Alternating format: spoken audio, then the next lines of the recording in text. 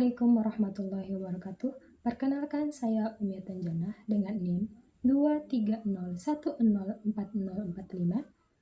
Pada kesempatan kali ini, saya akan mempresentasikan materi tentang evaluasi pembelajaran. Materi yang akan saya bahas meliputi yang pertama, pengantar evaluasi pembelajaran, yang kedua, taksonomi tujuan pembelajaran, yang ketiga, ruang lingkup penilaian, yang keempat, penulisan dan analisis soal, dan yang kelima, penilaian afektif. Materi ini sangat penting karena evaluasi merupakan bagian yang tidak terpisahkan dari proses pembelajaran.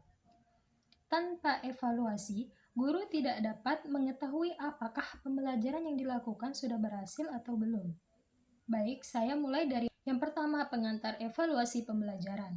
Evaluasi pembelajaran merupakan proses sistematis dalam mengumpulkan, menganalisis, dan menafsirkan data untuk mengetahui sejauh mana tujuan pembelajaran telah tercapai. Evaluasi pembelajaran tidak hanya berfokus pada nilai akhir siswa, tetapi juga mencakup keseluruhan proses pembelajaran. Dengan adanya evaluasi, guru dapat mengetahui apakah pembelajaran yang dilakukan sudah efektif atau perlu diperbaiki. Evaluasi pembelajaran juga membantu guru dalam mengetahui kemampuan siswa secara menyeluruh, baik dari aspek pengetahuan, sikap, maupun keterampilan. Evaluasi pembelajaran memiliki beberapa fungsi utama, yaitu yang pertama, fungsi formatif, yaitu evaluasi yang dilakukan selama proses pembelajaran berlangsung.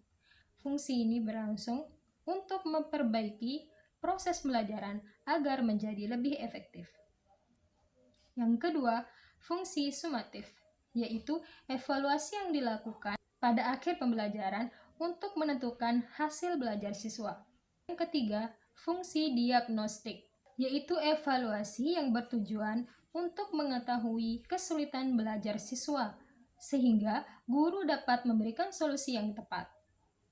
Yang keempat, fungsi seleksi dan penempatan, yaitu evaluasi yang digunakan untuk menempatkan siswa sesuai dengan kemampuan yang dimiliki. Selain fungsi, evaluasi pembelajaran juga memiliki beberapa tujuan, yaitu mengetahui tingkat pengetahuan siswa, mengetahui efektivitas pembelajaran, memperbaiki kegiatan pembelajaran, mengembangkan program pembelajaran, mengetahui kesulitan belajar siswa, dan menempatkan siswa sesuai kemampuannya. Dalam evaluasi pembelajaran, terdapat 3 ranah utama. Pertama, ranah kognitif, yaitu berkaitan dengan kemampuan berpikir dan pengetahuan siswa. Kedua, ranah afektif, yaitu berkaitan dengan sikap, nilai, dan karakter siswa. Dan yang ketiga, ranah psikomotorik, yaitu berkaitan dengan keterampilan atau kemampuan melakukan sesuatu. Selain itu, evaluasi pembelajaran harus memenuhi beberapa prinsip, yaitu harus valid, artinya penilaian harus sesuai dengan tujuan pembelajaran. Reliable, artinya penilaian harus konsisten. Objektif, artinya penilaian tidak dipengaruhi subjektivitas penilai. Menyeluruh, artinya mencakup semua aspek pembelajaran.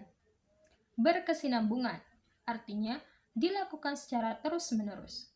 Dengan memenuhi prinsip tersebut, evaluasi pembelajaran dapat menghasilkan penilaian yang lebih akurat dan terpercaya. Selanjutnya kita masuk pada materi kedua, yaitu tentang taksonomi tujuan pembelajaran.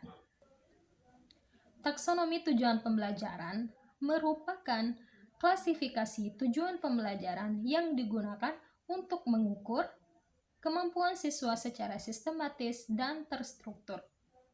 Taksonomi tujuan pembelajaran dibagi menjadi 3 ranah utama, yaitu yang pertama ranah kognitif, yang kedua ranah afektif, dan yang ketiga ranah psikomotor. Ranah kognitif merupakan ranah yang berkaitan dengan kemampuan berpikir siswa, yaitu terdiri dari 6 tingkatan, yaitu C1 mengingat, C2 memahami, C3 menerapkan, C4 menganalisis, C5 mengevaluasi, dan C6 menciptakan. Setiap tingkatan memiliki tingkat kesulitan yang berbeda-beda. Contohnya, jika siswa diminta untuk menyebutkan pengertian, maka termasuk ke dalam C1 atau mengingat.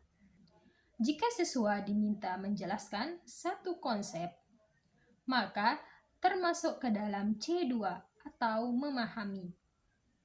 Jika siswa diminta menggunakan rumus, maka termasuk ke dalam C3 atau menerapkan. Jika siswa diminta menganalisis suatu permasalahan, maka termasuk ke dalam C4. Jika siswa diminta memberikan penilaian, maka termasuk ke dalam C5. Dan jika siswa diminta membuat karya atau produk, maka termasuk ke dalam C6. Selain itu, terdapat dimensi pengetahuan, yaitu pengetahuan fakta, pengetahuan konsep, dan pengetahuan prosedur. Taksonomi ini penting karena membantu guru dalam menentukan tujuan pembelajaran serta menyusun soal yang sesuai dengan tingkat kemampuan belajar siswa. Selanjutnya kita masuk pada materi yang ketiga, yaitu ruang lingkup penilaian. Penilaian autentik merupakan penilaian mengukur kemampuan siswa secara menyeluruh yang mencakup sikap, pengetahuan, dan keterampilan. Ruang lingkup penilaian terdiri dari penilaian sikap, penilaian pengetahuan, dan penilaian keterampilan. Penilaian dilakukan menggunakan berbagai teknik, antara lain tes tulis, tes lisan, penugasan, observasi, penilaian diri, portofolio, dan proyek. Penilaian sikap dapat dilakukan melalui observasi, penilaian diri, penilaian teman, dan jurnal.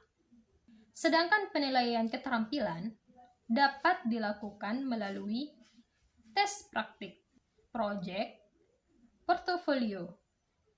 Penilaian ini dilakukan untuk mengetahui proses dan hasil belajar siswa secara menyeluruh. Materi selanjutnya adalah penulisan dan analisis soal. Penulisan harus memenuhi beberapa prinsip. Yang pertama, valid, reliable, objektif, transparan, dan autentik.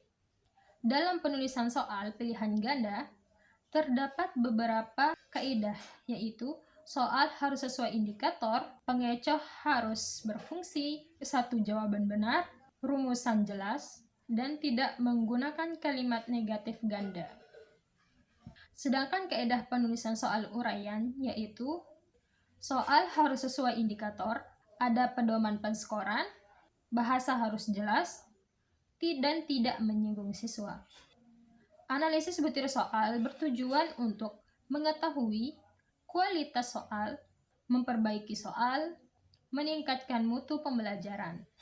Analisis soal terdiri dari analisis kualitatif dan analisis kuantitatif. Dengan analisis soal, guru dapat mengetahui soal yang baik dan soal yang perlu diperbaiki. Materi terakhir yaitu penilaian afektif. Ranah afektif berkaitan dengan sikap, minat, nilai, dan emosi peserta didik. Ranah afektif sangat penting karena sikap siswa dapat mempengaruhi keberhasilan belajar. Tingkatan ranah afektif menurut Cutwell yaitu yang pertama receiving, yang kedua responding, yang ketiga valuing, yang keempat organization, dan yang kelima characterization. Pengukuran ranah afektif dapat dilakukan melalui observasi dan laporan diri. Langkah pengembangan instrumen afektif yaitu yang pertama, menentukan spesifikasi, yang kedua, menyusun kisi-kisi, yang ketiga, menulis instrumen, keempat, uji coba, kelima, analisis dan perbaikan. Jenis instrumen afektif meliputi sikap, minat, nilai, moral, dan konsep diri. Sebagai penutup, dapat disimpulkan bahwa evaluasi pembelajaran merupakan proses penting dalam pembelajaran. Evaluasi pembelajaran mencakup ranah penting yaitu kognitif, afektif, dan psikomotorik. Dengan evaluasi yang baik, diharapkan tujuan pembelajaran dapat tercapai secara maksimal. Sekian yang dapat saya sampaikan, kurang dan lebihnya mohon maaf. Semoga bermanfaat. Assalamualaikum warahmatullahi wabarakatuh.